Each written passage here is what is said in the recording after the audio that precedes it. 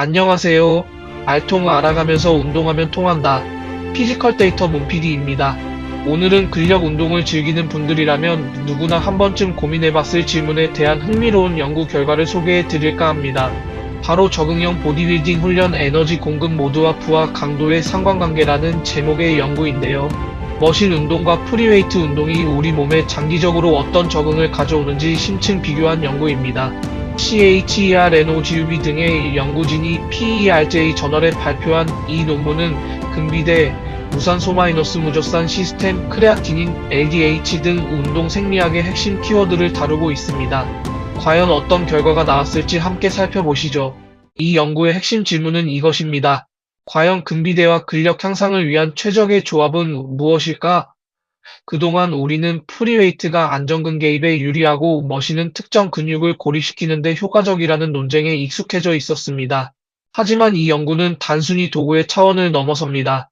에너지 공급 모드와 부하 강도가 근육 성장에 미치는 영향에 집중하며 도구보다는 강도가 훨씬 중요할 수 있다는 새로운 관점을 제시하고 있습니다. 여러분은 어떻게 생각하시나요? 어떤 운동 방식이 더 효과적일까요? 이 연구는 총 64명의 18세에서 20세 사이의 4년차 경력 보디빌더들을 대상으로 12주간 진행되었습니다. 크게 4그룹으로 나누어 실험을 진행했는데요. 첫 번째, 프리웨이트와 중강도 훈련을 병행한 1그룹, 두 번째, 머신과 중강도 훈련을 한 2그룹, 세 번째, 프리웨이트와 고강도 훈련을 한 3그룹, 마지막으로 머신과 고강도 훈련을 진행한 4그룹입니다. 여기서 중강도는 해당 장용 모드, 즉 글리코리틱 모드를 사용하며 상대 강도는 0.58 수준이었고 고강도는 무저산 모드, 즉 알락테이트 모드를 사용하며 상대 강도는 0.71로 설정되었습니다. 각 그룹이 어떤 결과를 보였는지 궁금하시죠?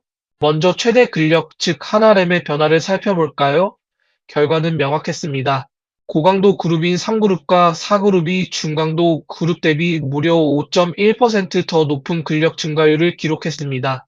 프리웨이트 중강도 그룹은 15.4%, 머신 중강도 그룹은 15.1%였던 반면 프리웨이트 고강도 그룹은 19.5%, 머신 고강도 그룹은 21.3%의 근력 증가를 보였습니다. 이 결과는 도구의 종류보다는 수행 강도가 근력 발달의 핵심 요인이라는 것을 분명히 보여줍니다. 강도야말로 근력 성장을 이끄는 진정한 승리자였던 셈이죠. 여기서 우리는 훈련 볼륨의 역설이라는 흥미로운 현상을 발견하게 됩니다. 이 그림처럼 총 볼륨은 2배에 달했지만 실제로 리프팅한 중량인 워킹 매스는 고강도 그룹이 중강도 그룹보다 25.9%나 높았습니다.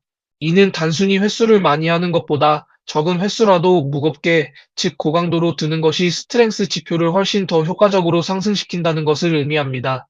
양보다는 질, 바로 이것이 근력 성장의 비결입니다. 다음은 많은 분들이 가장 궁금해하실 근비대, 즉 근육 사이즈의 변화입니다. 특히 흉곽 둘레 변화를 기준으로 살펴본 결과인데요.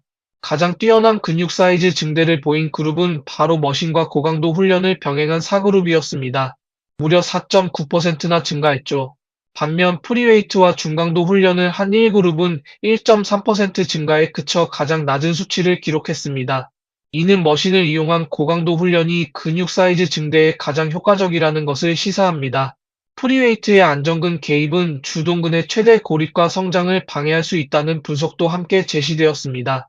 머신이 주는 안정성이 오히려 주동근 성장에 집중할 수 있게 해준다는 거죠. 그렇다면 체성분 변화는 어땠을까요? 흥미롭게도 목적에 따라 도구 선택이 달라져야 한다는 결론에 도달했습니다. 순수 근육량 증가에서는 머신과 고강도 훈련을 한 4그룹이 5.7% 증가로 1위를 차지했습니다. 반면 체지방 감량에서는 프리웨이트와 중강도 훈련을 한 1그룹이 4.0% 감소로 가장 좋은 결과를 보였습니다.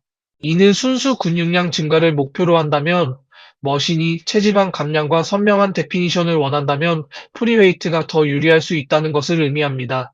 목적에 맞춰 현명하게 운동 도구를 선택하는 것이 중요하겠죠? 이제 근육 성장의 잠재력을 보여주는 생화학적 지표인 크레아티닌 수치 변화를 살펴보겠습니다. 12주 후 고강도 그룹인 3그룹과 4그룹에서 크레아티닌 농도가 무려 3.7배나 급격하게 증가했습니다. 반면 중강도 그룹은 변화가 미미했습니다. 크레아티닌 수치의 증가는 가속화된 근육 질량 성장을 의미하는 강력한 생화학적 지표인데요.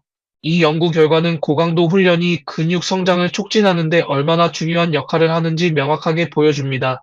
다음으로 대사적 스트레스와 관련된 LDH 활성도를 보겠습니다.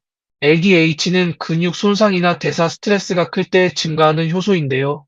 놀랍게도 중강도 그룹인 1그룹과 2그룹에서 LDH 활성도가 13에서 16% 유의미하게 증가했습니다. 특히 프리웨이트 중강도 훈련은 덧산 축적과 대사적 피로도가 높다는 것을 보여줍니다.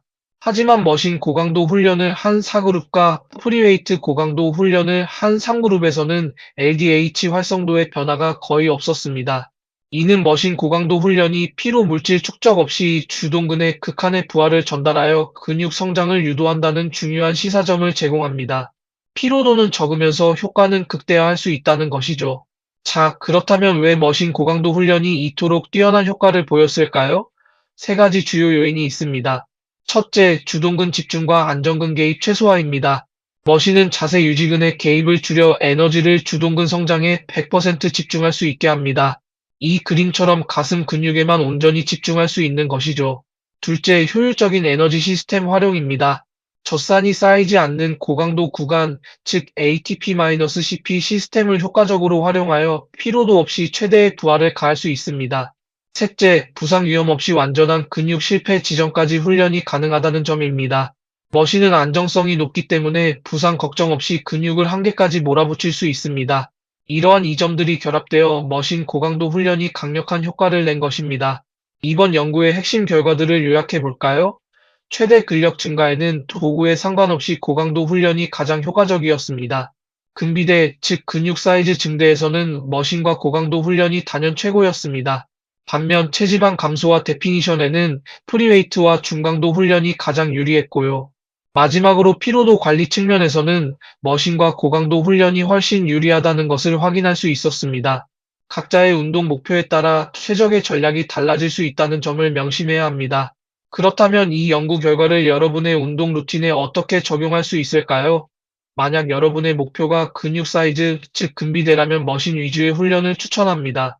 스미스 머신이나 레그 프레스와 같은 기구를 활용하여 고중량 저반복, 즉 1RM의 85에서 90% 수준으로 세팅하고 세트 간 충분한 휴식을 통해 비젖산 시스템을 활용하는 전략이 효과적입니다.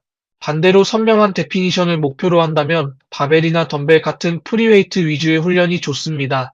중중량 고반복, 즉 1RM의 60에서 70% 수준으로 세팅하고 짧은 휴식과 높은 활동량을 통해 칼로리 소모를 극대화하는 전략을 사용해 보세요. 여러분의 목표에 맞춰 현명한 선택을 하시길 바랍니다. 결론적으로 운동 도구는 여러분의 목적에 따라 달라져야 합니다. 만약 효율적인 근성장을 원하신다면 머신의 안정성을 10분 활용하여 극한의 강도에 도전해 보십시오. 이번 연구는 CHER, NOGUB 등의 연구팀이 2023년에 발표한 최신 연구 결과에 기반하고 있습니다. 과학적인 분석을 통해 여러분의 운동 목표를 달성하는 데 큰 도움이 되기를 바랍니다.